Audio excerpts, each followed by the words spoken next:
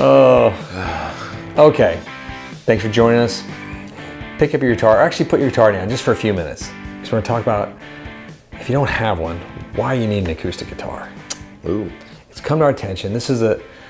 I'm like the girls, like with the Sarah McLachlan songs, and like they're talking about the dogs that need help. I'm just like, listen. I will keep singing. Remember you. That's guitar play. Keep going. God, I don't know the rest of the words. I can just see the sad dog there. There's guitar players out there that have never experienced the joy of an acoustic guitar. It's true. And I sort of found this like, I didn't even think about it. We talked about this like 2 weeks ago, and then last week again. Then we're finally gonna do a video on it just because it keeps coming back. You gotta get yourself one. Yeah. You got to click like, subscribe. Don't forget the bell. And join us on this journey of why you should get yourself an acoustic guitar if you don't already have one. Okay, first off, do you like members of the opposite or same sex? Acoustic guitar is a great entry point to that. Let's just talk about that first off. To not being alone. To not being lonely and sad. I mean, even if like you're just that cat that wants to like go to Young Life, you're wearing like orange shorts and like an orange button-down short sleeve shirt that your mother made you get with some brown loafers and a brown belt, and it's like 7th grade and it's embarrassing. Wait, this is my past.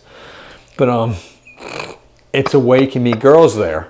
But no, let's get into the real reason. But that is a real reason. It's a decent reason. I'd say it's maybe number one. Probably lots of careers in music have started. I mean, if you can play back in the 90s, if you could play more than words. Oh my God. It was like game over. Yeah. And it was game over. Or like, I mean, there's, if you could play Crash. But there was a time when around the time before I dropped out of college, where if you can play that song, that was it. It was game over. And then there's good old Standby, Wonderful Tonight, never goes out of style. And Wonderwall is still there. Now, Wonderwall, like, I don't understand. If you're around people from England in particular, they just lose their minds. They do. It's insane. It's like, true. Everyone knows it. It makes no sense. It's great. Yeah. Now, into the practicalities of why you need an acoustic guitar, it makes you a better guitar player. It does. What were you saying about it? It's like lifting weights for your little fingers. These dainty fingers? Are you saying it's harder? It is. I think it is harder. Unless you play a Taylor guitar. Well. Which is probably easier than your electric guitar. You're probably going to play on 12s. Not 10s or 9s or... I meet some weird folks that do that every once in a while, and it scares me. It's like playing butter. Like bad butter that makes lots of buzzy noises. I'm just saying, because I remember I started an electric guitar.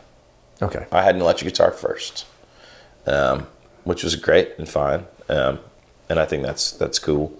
But I remember saving up to buy my first acoustic, and it made my electric guitar playing. It also made me switch from 9s to 10s on my electric guitar because I found out a little bit of tension is kind of nice sometimes. But being able to like have enough finger strength to do good bends and vibrato and all that sort of stuff. And it makes you think differently, right? Like it makes you play. Well, in the vibrato, you just said like you can play like a normal bendy vibrato, or you learn the cello vibrato where you got to like go up and down in a different way. No, what you said about makes you think differently. Well, we'll jump out. Obviously, it makes you a better guitar player. It's a little more difficult to play. But playing with having to have like overtones ring out. Yes. Learning how the silences and the spaces between it work. It's a whole different operation. And not having electronics. Right. To help, facilitate. I have always looked at electric guitars playing electricity. Yeah. That's what Richard Lloyd used to always tell me. And then I look at acoustic guitars playing the guitar. And then when I play electric guitar, I sort of combine this guitar playing and electricity together, and it becomes this fun, amorphous smorgasbord of joy. But I will sit there with the acoustic guitar for hours and just love exploring different like open tunings, open chords, and just standard chords, playing with my wife because she plays guitar now. You can pick it up easily. I remember as my kids were young, it's just so easy to pick up. I don't have to worry about plugging it in, obviously, but I was playing all the, from the Sex Pistols to the Ramones as they ran in circles around the room, and I would stop. It was like musical chairs, but with punk music. Is how my kids sort of grew up. So when they hear Blitzkrieg Bop later in their lives, this core memory will sort of switch back and they'll stop. Just take off right now. Which I think that's what you should do. Yeah, I've done another like core. I create lots of core memories with them. Like I think Black Parade is a core memory now. That whenever they hear that, and And then the song from Running Up the Hill, Kate Bush song from Stranger Things, like they love that song, but they've not seen Stranger Things because it's a little creepy for their age. Yeah. But one day they'll see that like 5 to 10 years from now, and they'll be like, whoa. And they'll remember. Wait a minute, did we used to... Kate Bush. Anyway, side story, completely different. I think it opens you up. The core thing is songwriting. Yeah. It's the main muscle you got to flex to become a great songwriter with the guitar as your primary. I know it's old-fashioned thinking, but as an artist learns and as a musician learns, like it's all these cats like Picasso that did these radical paintings, he knew how to do a freaking still life. He knew how to paint. He knew how to draw.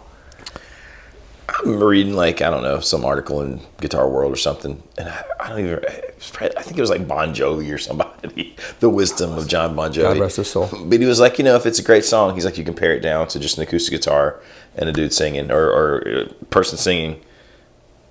That's how you know it's a really, really great song. And I think there's some truth to that. I know, and that seems like, I don't want to be like the old-fashioned, well, you just got to be able to write, but it is. There's still the song. The song is everything. So you hear all these great young bands that are coming up, that are opening for major acts. They're not going to blow up until they have a great they song. have that song that blows up. And if you learn acoustic guitar too, you will not have to suffer through, actually you will have to suffer through the Southwest flight where you get to Hawaii, where Guitar Center sponsored your ukulele lesson in your flight. That sounds like hell to me. Like I mean, pure hell. I would jump out of the plane. I'm sorry. Where's the parachutes? As someone who's given ukulele lessons, no.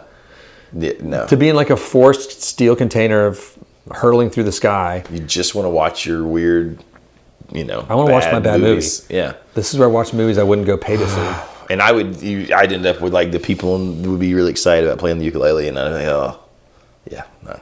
Yeah, that'd be tough. It's like if you brought out like, I don't know, the marimba, let's go. Marimbas pop out from our seats, let's do this thing. Or bagpipes, hilarious. That would almost be worth it. So I just thought that was too funny to not mention. I'm sorry. It's fine. It's not a good thing. No, it comes back to the songs. If you can sit there with a pen and paper, put your computer down, even like it's just to exercise. Even if this isn't how you write your songs, because I used to write most of my songs on the bass actually. Okay. I use the bass guitar a lot, just sort of like plunk out like sort of the basic harmonic movements I'm gonna do, so I could actually go on, because I worked with a keyboardist a lot with my writing, so he could sort of fill in some unique things on that, which guitar can often fill the same space. Yeah. So then my guitar would be forced to add in sort of after or prior to that, where we don't step on each other. Smart. But it's an acoustic-y type of instrument. I think I had it was probably some crappy Squire bass that had been modded and broken 3 times over. But no, it was just, I always like to have a pencil or a pen and paper and just like sketching ideas. It was fun, and it connects me to that inner Bob Dylan wannabe, there. So between your songwriting, the working out, meeting people that want to smash faces with you,